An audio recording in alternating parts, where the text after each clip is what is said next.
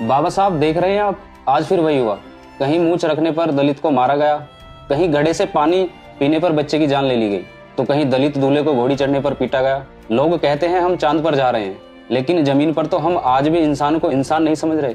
ऊंची जाति नीची जाति, ये जहर तो कम होने के बजाय और बढ़ता जा रहा है। तुम्हें लगता है ये दर्द मुझे नहीं होता था? जब मैं उस दौर में था तब हमें जानवर से भी बदतर समझा जाता था। हमारी परछाई से भी लोग दूर भागते थे।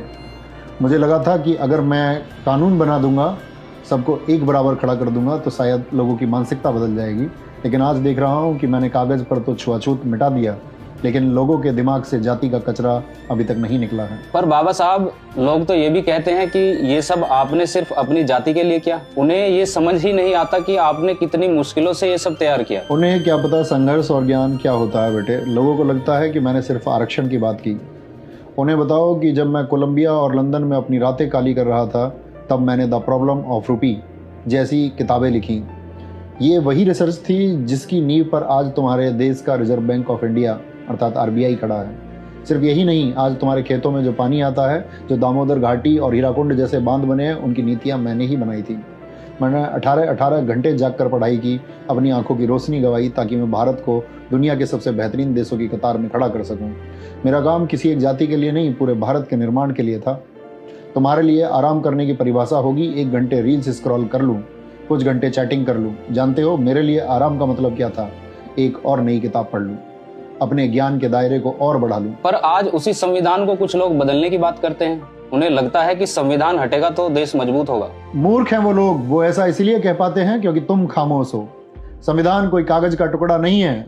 संविधान वो लक्ष्मण रेखा है जो तानाशाही को तुम्हारे घर में घुसने से रोकती है। जाकर उन अंधभक्तों और विरोधियों से कहो कि यह संविधान सिर्फ दलित या पिछड़ों की ढाल नहीं है। जिस दिन यह किताब हटी, उस दिन कोई नियम नहीं बचेगा, फिर जिसकी लाठी उसकी भैंस होगी। आज जो गरीब, सवर्ण या मध्यम वर्ग का आदमी पुलिस की आंखों में आंखें डालकर बात करता है, वो इसी संविधान की वजह से है। या रूल ऑफ लॉ है। अगर संविधान गया तो तुम सब, चाहे ब्राह्मण, शूद्र या दलित हो, सब गुलाम बनोगे। उस दिन इंसान की कीमत खत्म हो जाएगी और पुराना दौर लौट आएगा। और याद रखना, मैंने तुम्हें वोट की ताकत इसलिए दी थी ताकि रानी के पेट से राजा पैदा होने की परंपरा को लात मार सको। मैंने चाहा था कि अब राजा वो बनेगा जो काबिल होगा। लेकिन अगर तुम गुलाम बनने को तैयार हो तो गलती मेरी नहीं है, तुम्हारी है। बाबा साहेब, हम शर्मिंदा हैं। हम आपके संघर्ष को भुला बैठे। हम जातियों में बंटकर एक दूसरे का गला काट रहे हैं, जबकि आपने हमें इंसान बनाने का सपना देखा था। हम विज्ञान छोड़ पाखंड में उलझ गए। शर्मिंदा मत हो बेटे, और अपना सिर मत झुकाओ। मुझे कमजोर और रोने वाले लोग पसंद नहीं। मुझे वो युवा चाहिए जिसकी रीढ़ की हड्डी